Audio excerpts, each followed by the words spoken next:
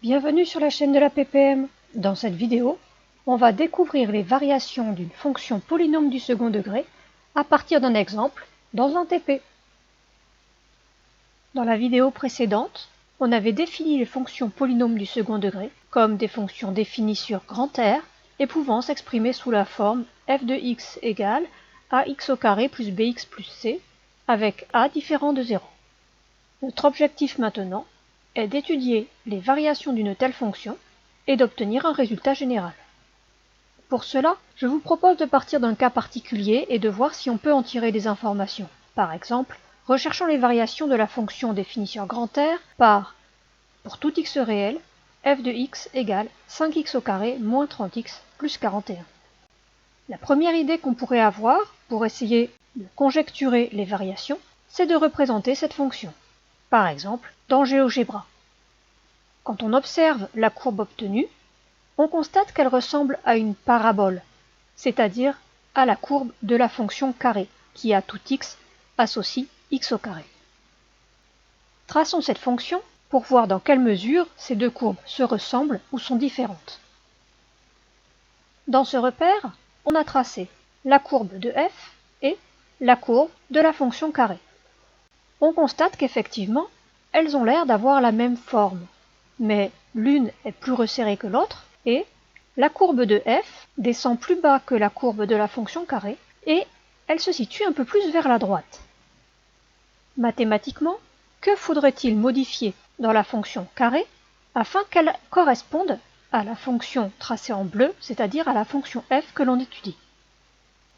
Déjà, on pourrait essayer de déplacer la courbe de la fonction carré afin de l'amener au plus proche de la courbe de f. On va donc essayer de translater cette courbe. Si l'on se repère déjà au niveau des sommets, il faudrait commencer par translater la courbe orange de 3 unités en abscisse et de moins 4 unités en ordonnée. Essayons déjà d'ajouter 3 unités à notre courbe orange.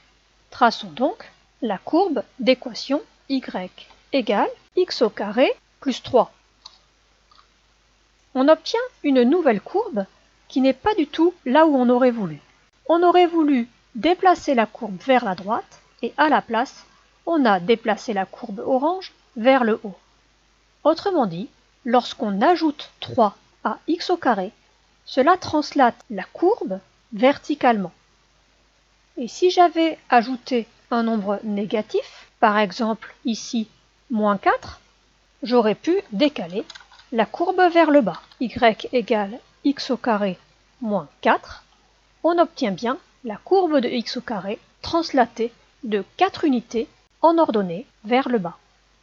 On pourrait ainsi vérifier qu'en ajoutant n'importe quel nombre réel à x au carré, cela ne fait que translater la courbe vers le haut ou vers le bas.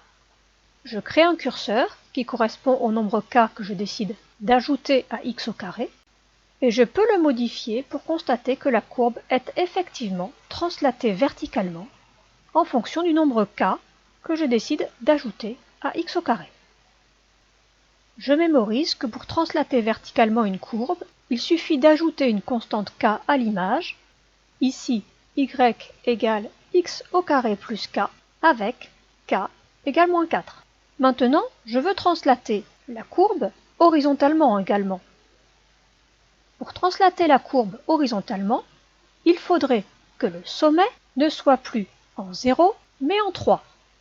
Autrement dit, on voudrait imaginer que 3 est la nouvelle origine du repère. Pour cela, il suffirait qu'à chaque nombre, j'enlève 3 avant de le mettre au carré. Autrement dit, il faudrait enlever 3 à l'antécédent avant de le faire passer dans la fonction. Essayons cela. Y égale x moins 3 au carré. J'obtiens effectivement une nouvelle courbe, ici en noir, qui correspond bien à la courbe de x au carré décalée de 3 unités vers la droite. Attention, pour faire cela, il a fallu soustraire 3 à l'antécédent et non pas l'ajouter. Comme tout à l'heure, je peux constater sur une animation que tracer la courbe de x moins alpha au carré translate la courbe à droite ou à gauche en fonction de la valeur de alpha. Il s'agit bien ici de x moins alpha au carré et pas de x plus alpha au carré. Ainsi, pour pouvoir déplacer la courbe à l'endroit où on l'a mise tout à l'heure, il faut choisir x moins 3 au carré. Je retiens donc que pour translater horizontalement une courbe, il faut soustraire une constante, alpha, à l'antécédent. Ici, y égale x moins alpha au carré, avec alpha égale 3 dans le cas qui nous intéresse. Revenons à notre graphique.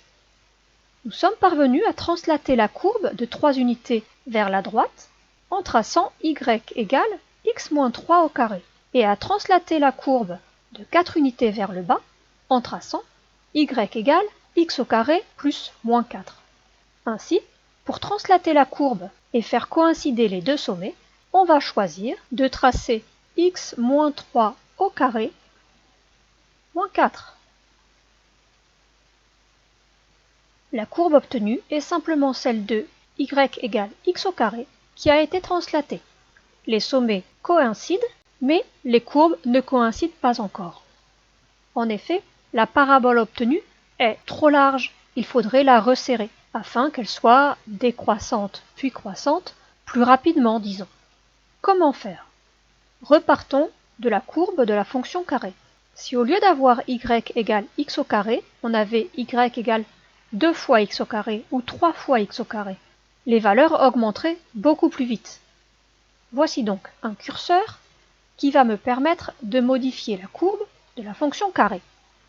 Ainsi, pour le moment, a égale 1 et la courbe tracée est y égale 1 fois x au carré, c'est-à-dire que c'est la courbe de la fonction carré. Si a augmente, je me rends compte que la courbe se resserre. Il faudra que j'arrive à trouver comment la resserrer suffisamment, mais pas trop, pour qu'elle corresponde à la courbe bleue. Que se passerait-il si, au lieu de prendre a égale un nombre plus grand que 1, je prenais un nombre plus petit que 1? Eh bien, la courbe serait plus large. Ah, que s'est-il passé? Lorsque a égale 0, bien entendu, la courbe tracée est y égale 0 fois x au carré. Donc y égale 0, c'est la fonction constante nulle. Voilà pourquoi je n'ai plus de parabole. Et si a est négatif, j'obtiens une parabole dirigée vers le bas, symétrique, au cas où a est positif. Voilà à nouveau quelque chose à mémoriser. Mais revenons à la fonction qui nous intéresse. Une valeur de a qui correspondrait plus ou moins à la forme de la courbe, c'est à peu près 4,25. Essayons comme cela. J'utilise la valeur de alpha pour translater ma courbe vers la droite. Alpha égale 3. J'utilise la valeur de k pour translater ma courbe vers le bas. K égale moins 4. Et je me rends compte que la valeur de a n'est pas encore tout à fait la bonne. Je continue donc à chercher avec le curseur de la valeur de a.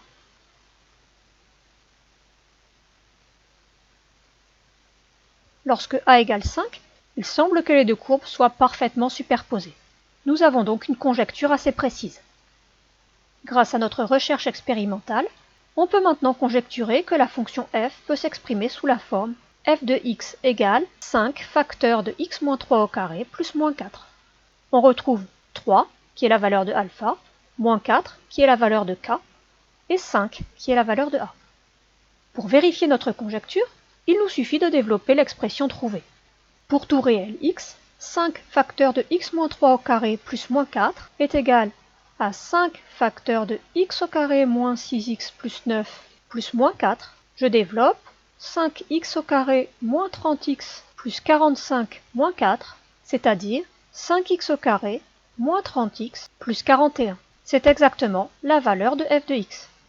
Ainsi, on a bien pour tout réel f de x égale 5 facteur de x moins 3 au carré plus moins 4. Cela prouve que la courbe représentative de f est une parabole et que son sommet a pour coordonnées 3, moins 4. Et maintenant, comment faire pour le cas général? Pour le savoir, je vous donne rendez-vous dans la prochaine vidéo. À bientôt sur la chaîne de la PPM.